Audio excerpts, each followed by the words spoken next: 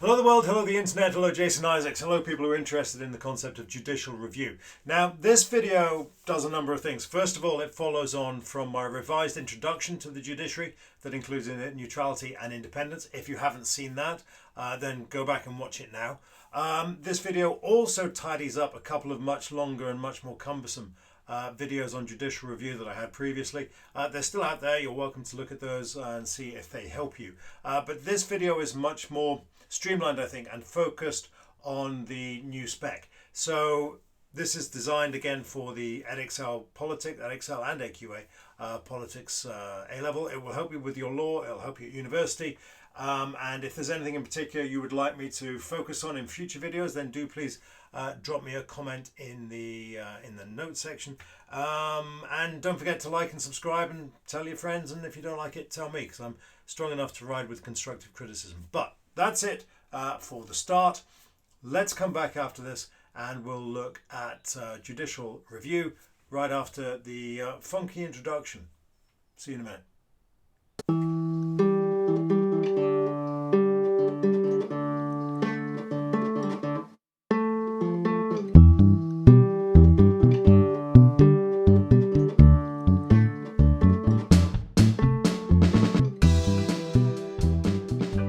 Great, that done, we can get back to the issue of judicial review. And again, this is a follow-on to my video on the introduction to the judiciary, including independence and neutrality. So if you haven't watched that, I strongly advise you do, because it's going to mean that this will make much more sense. So, judicial review in the UK. Well, we should probably start off by establishing exactly what it is. And this definition that I got from somewhere, I can't remember exactly where, but we can find out later. This is all about the lawfulness of state action. So key point here, it's not about whether a policy is right or wrong, but rather how that policy has been applied. And is the application of that policy consistent with the law as intended by Parliament? So Parliament writes the law. It's then for everybody to follow that law. And if somebody thinks that a law hasn't been followed properly, then they can seek judicial review through the courts. Let's just explain a little bit more about what that means. So how can a policy be inappropriately applied? Well, the first thing you can do is to act outside your authority. If the law says you have to stay this side of the line and then you go the other side of the line, then quite clearly you have exceeded your authority, because the law did not give you the authority to cross that line. So you're doing something there that's not officially sanctioned in the law. Or when an action is illegal, as in not authorized by law, where the law simply doesn't give you the authority to do a particular thing, but you do it anyway. When you act in a way that is irrational, unreasonable, or sort of unpredictable. Now you might already be starting to see where there's a bit of a problem with judicial review, because that sounds an awful lot like a kind of opinion-based decision, but we'll come to that later. Or when it's predicated on procedural impropriety, where somebody didn't follow the rules. If the law says you need to go A, B, C, D, and someone goes A to D, then you can't do that. That is not following the rules. That's not acting in a way that is consistent with the will of Parliament. And all the way through, we need to be acting about, well, we need to be asking ourselves, what does Parliament want here? How has Parliament expressed its will through the law? So why is judicial review so important? Well, as I sort of intimated earlier, everything we do is described by law, and particularly our rights. Our rights are described by laws. And when those laws are not followed, then our rights are not going to be upheld. So obviously, one of the key ones here is your Human Rights Act. If you think your human rights have been infringed, then you might choose to seek redress through judicial review. You could try writing to your MP, but your MP is neither independent, neutral, nor necessarily expert, and probably has their mind on a million other things, not least how on earth are they going to get re-elected. So what that means, a lot of people go to the courts to say, well, look, I don't think my rights have been fully upheld as they're described by law. As I said there, Parliament struggles to do this oversight because it's neither independent, neutral, expert. What that means is that someone who does understand how this works, that is the courts, is often dragged in to try to unpick what is a very, very complicated issue. That's why everything seems to wind up in the courts nowadays. Parliament's very good at making law, but of course Parliament has a number of different functions. You have your MP, you can go and ask them to try to sort out a problem, but as I say, are they independent, neutral, expert, or indeed none of the above, particularly when it comes to some very, very tricky elements of administrative law. Hence, people seek judicial review. Now, when you're seeking judicial review, there are a number of limitations. You cannot challenge the rights and wrongs of a law, or indeed the rights and wrongs of policies or decisions. You can only contest whether or not the rules, as described by Parliament, have been upheld. And if you're interested in a detailed discussion of that, I will link off to my discussion of Jemima Begum, where I go into this in a great deal more detail. So you can't challenge rights and wrongs, you can only challenge whether or not the laws have been upheld. With that comes certain practicalities. It takes an awful lot of time and money to go through this particular process, and people's access, certainly to money, has been severely restricted by legal aid, by LASBO, sorry. So legal aid is how most people, particularly those who are presumably most likely to find their rights being infringed by the state. We're looking at immigration, asylum, often housing. People generally with not a lot of cash to spend, they will rely upon legal aid to take their case through the courts. And LASBO, the Legal Aid Sentencing and Punishment of Offenders Act of 2012, massively restricted the amount of cash that's available for that. We'll come to that in a later slide. But in terms of the operation of judicial review, there are some serious issues there in terms of the practical route through it. And in terms of the cultural problems, well, as I described in my other video, when it comes to the benefit of the doubt, the court is always going to give that to the democratically elected officials, because it's not their job to make political decisions. If there's anything remotely political about it, they're going to defer to the democratically elected officials, because the courts are there to uphold the will of Parliament, remember, not politics. And so if it comes down to a political decision that's been made by a political actor, then it comes down to the political sovereigns, that's us, to hold them accountable, not the courts. So again, the key thing to understanding and unpicking our way through judicial review is remembering that what we're looking at here is the way in which the law has been followed. If the law has been followed, whether the law is good or bad, or whether the decision is, to your mind, certainly good or bad, is entirely irrelevant in the context of judicial review. It's a question of whether or not the law has been followed, whether or not all of those little steps have been followed. Again, check out my video on Jemima Begum if you're interested in a deep dive into that particular issue. So, those are the limitations of judicial review for someone who's seeking judicial review. You can't challenge the rights and wrongs of policies. It's going to take up an awful lot of time, and the chances are the government is going to get, or the democratically elected officials are going to get the benefit of the doubt, if there is any, to push around. In terms of the detractors of judicial review, those who argue that judicial review is a problem rather than an essential judicial mechanism, or an essential mechanism of holding government to account, they will argue that the excess of judicial review limits the exercise of sovereignty by government and indeed by the courts. That when someone seeks judicial review, what they're doing is they're limiting the ability of government to do what it wants to do, and indeed the ability of Parliament to legislate the way it wants to do. Now, it should already be evident that that's complete nonsense,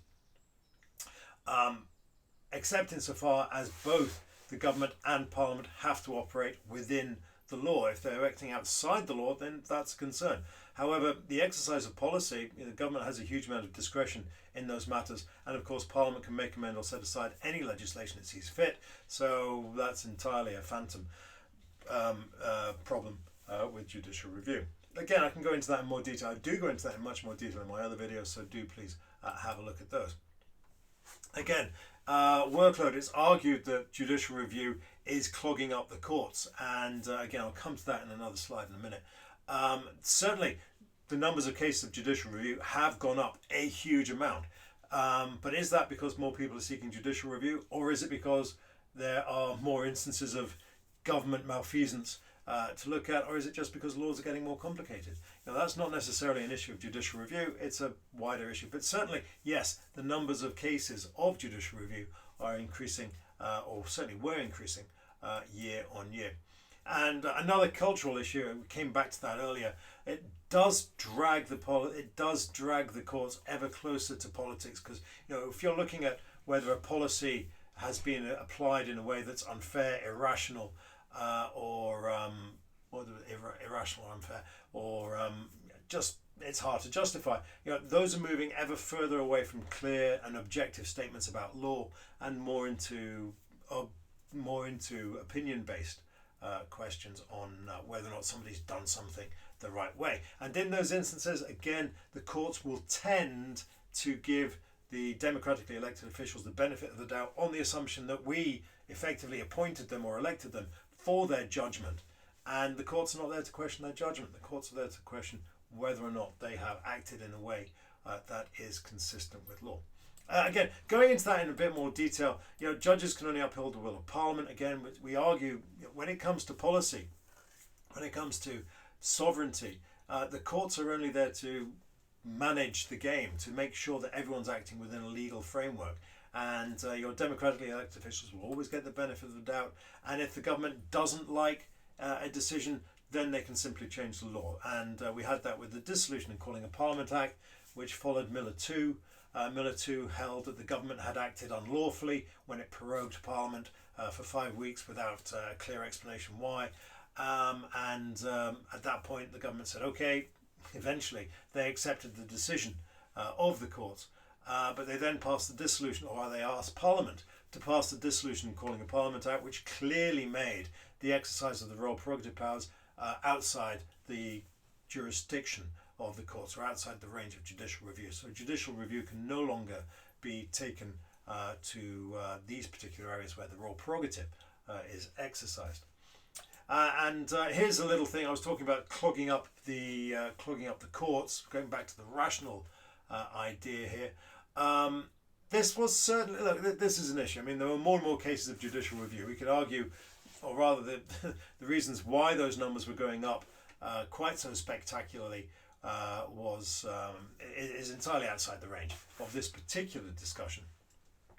The key thing there is you can see the way in which those numbers dropped off dramatically. So yes, numbers were incontestably going up, and is that because Parliament has such a terrible job of addressing our grievances, or is it just because there are more grievances out there? The courts were being dragged in to act as arbiter in these particular areas, and it was putting a huge burden on the courts. There's no doubt about that.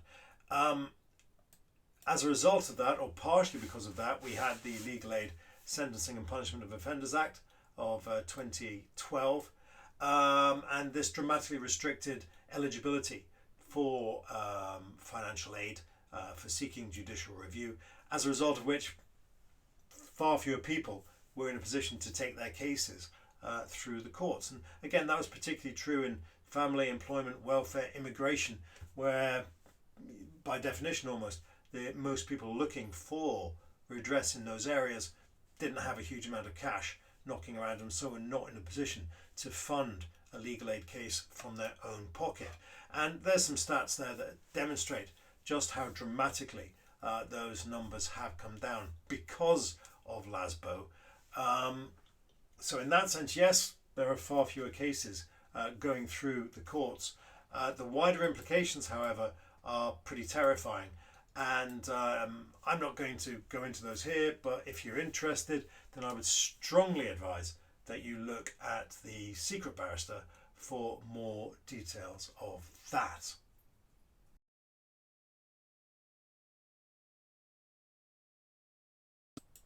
Okay, so we've looked at the structural issues of judicial review. We've looked at the rational issues of judicial review. Let's look at the cultural ones. Let's look at this idea of the politicization of the judiciary, the argument that the exercise of judicial review contributes to the politicization of the government. Now, the government always tended to win far more cases than it lost. Prior to LASBO, maybe 10% of the cases that entered the system were granted leave for judicial review, and only 10% of those were ever lost. So in other words, 10% of 10%, the mathematically inclined of you will have worked out that that's 1%.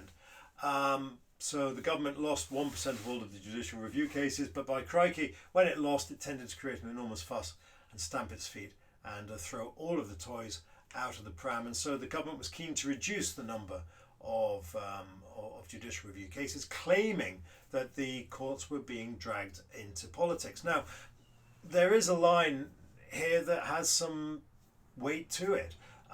If you're asking whether a policy has been properly or reasonably applied, then that does seem to blur the line between positive and normative statements. And the law should not be about that. The law should not be, certainly in terms of judicial review. Again, I've said earlier that these presentations are more for students of politics than for students of law. In law, there's a much bigger question to be resolved. We're rather looking at the issue of judicial review here.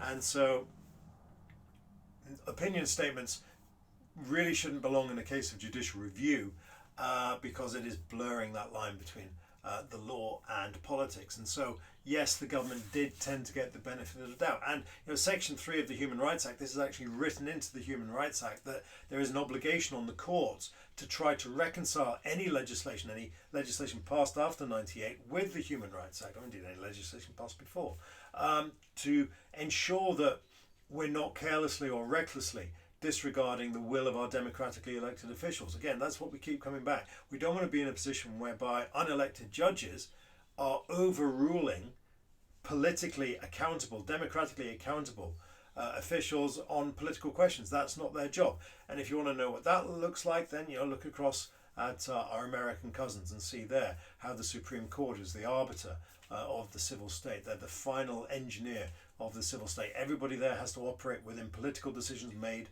by an unelected judiciary, and that's not where we want to be here. So I do like to I like contrasting it with the United States, because the irony is that the United States in Blodgett versus Holden, Justice Holmes argued that the rule is settled that between two possible interpretations of a statute, by one of which would be unconstitutional, by the other valid, our plain duty is to adopt that which will save the act. Now, that seems to have gone completely by the wayside in the United States, not least, even though it was actually cited by Roberts in Independent Businesses versus Sebelius in 2012.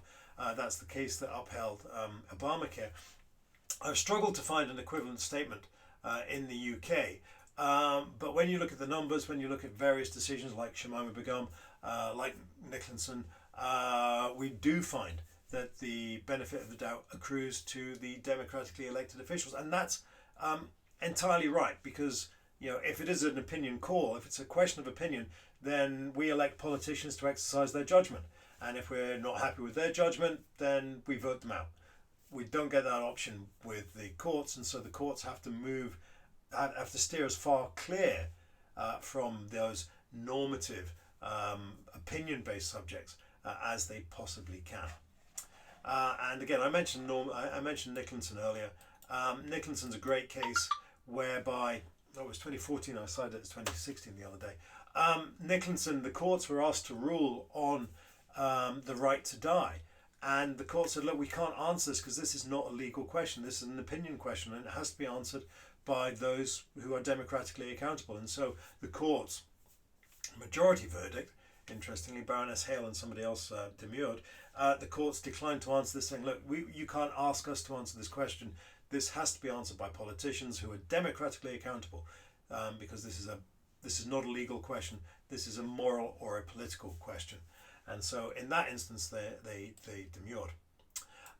There are issues about judicial review and policy sovereignty, and they need to be assessed. But when we look at them properly, it's fairly clear that what was going on here was a misunderstanding or misrepresentation of what policy sovereignty really entailed.